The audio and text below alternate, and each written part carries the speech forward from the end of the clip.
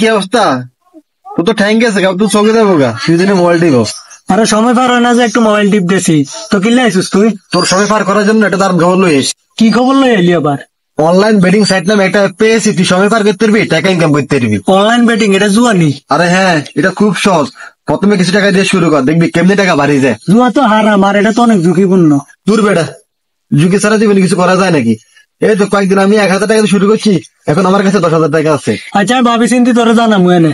ঠিক আছে, তুই ভাবি চিন্তা জানাস, ঠিক আছে? আমার মনে তোলা ভালো হইব, ঠিক আছে? এতে যে বাইর যে কই গেছে যে অনলাইন বেটিং এর কথা বুঝাই দিয়েছে যে আরে 5,000 টাকা দিছে, এই 5,000 টাকা দিয়ে একবার খেলিছে, সে কি হয় কোফালে। ও ইয়েস ইয়েস, আমি তো জিতে গেলাম। স্যার আরেকবার মারি চাই তো হয়নি। ওরে এবারও হাই গেলাম, আরে আল্লাহ রে, এত টিয়া করে একমু ইরে, এত 2বার হাই গেছি, অনুগুণ টিয়া।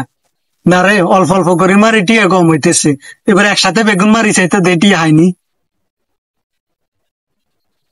ওরে আল্লাহ, আল্লাহ টিয়া বেগুন শেষ হয়ে গেছে। আল্লাহ, তাই কি করলাম?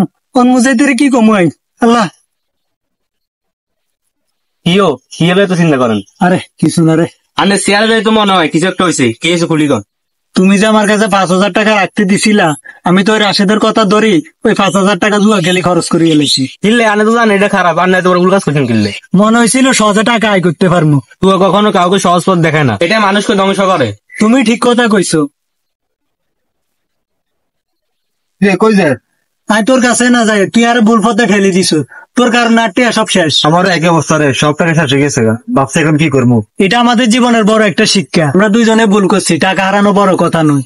এই জুয়া আমাদের জীবনকে ধ্বংস করে দিছে। তুই ঠিক কইস, আমাদের কখনো এমন ভুল করা উচিত নয়। মোবাইল অনলাইন জুয়া শুধু টাকা নয়, জীবনকেও ধ্বংস করে। আসুন সবাই সচেতন হই, সঠিক পথে ফিরে আসি।